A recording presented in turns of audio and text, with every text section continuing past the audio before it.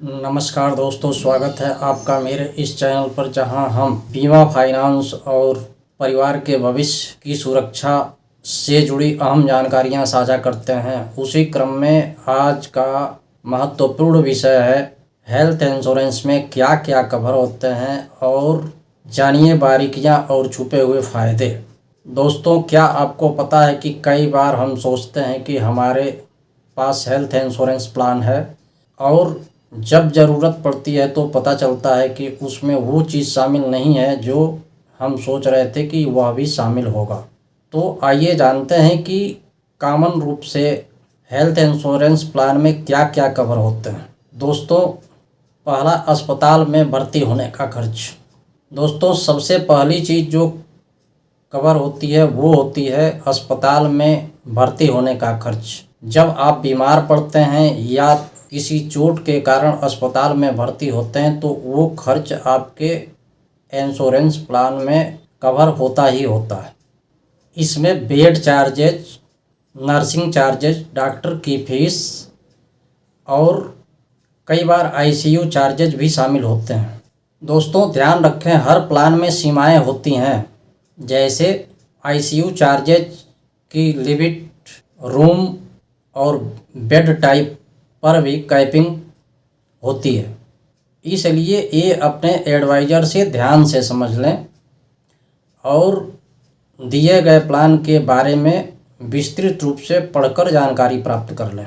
दूसरा, pre hospitalization and post hospitalization expense, यानी भर्ती होने से पूर्व के खर्चे और भर्ती होने से बाद के खर्चे।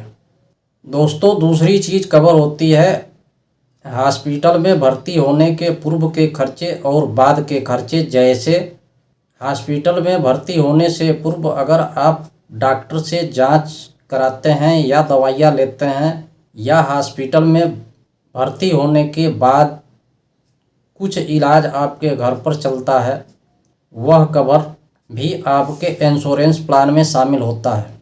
आमतौर पर सभी प्लान के अंतर्गत लगभग 30 से 60 दिनों का प्री हॉस्पिटलाइजेशन व पोस्ट हॉस्पिटलाइजेशन शामिल होता है। अब आता है डे केयर प्रोसीजर, यानी छोटे लेकिन ज़रूरी इलाज।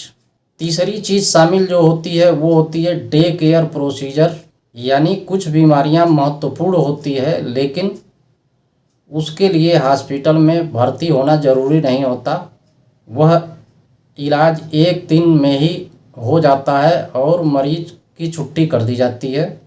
ऐसे बीमारियों में कैटरेक्ट सर्जरी, यानी मोतियाबिंद ऑपरेशन, और कीमोथेरेपी और रेडिएशन थेरेपी जैसी बीमारियां कवर की जाती हैं।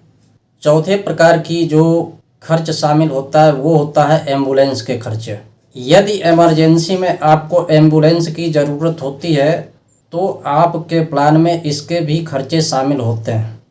अब आता है एनुअल हेल्थ चेकअप। कई प्लान में सालाना हेल्थ चेकअप की सुविधा भी उपलब्ध होता है। यह अक्सर नवीनीकरण के समय इसका लाभ प्राप्त होता है।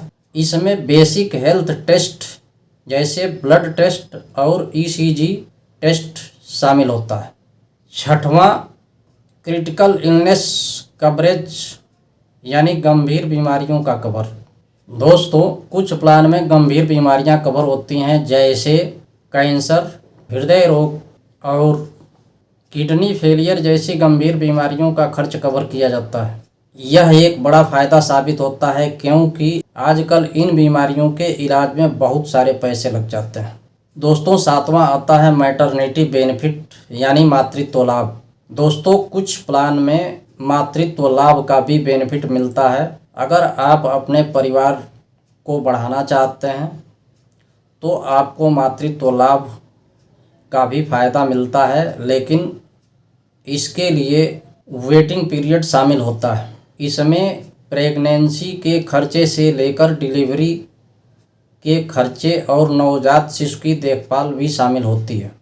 तो दोस्तों, ये थे वो मुख्य खर्चे जो हेल्थ इंश्योरेंस प्लान में कवर होते हैं, लेकिन ध्यान रखें कि हर प्लान अलग हो सकता है, इसमें शामिल सुविधाएं भी अलग हो सकती हैं, इसलिए पॉलिसी खरीदने से पहले इसे ध्यान से पढ़ें और अपने एडवाइज़र से पूर्ण रूप से इसका परामर्श लें और यह समझें कि आपको किन किन चीज़ों का कवर शामिल हो रहा है। दोस्तों, अगर आपको यह हमारा वीडियो पसंद आया हो तो इसे लाइक करें, शेयर करें और सब्सक्राइब करना न भूलें। दोस्तों, मिलते हैं आपसे अगले वीडियो में एक नए टॉपिक के साथ। तब तक के लिए आपको बहुत बहुत धन्यवाद।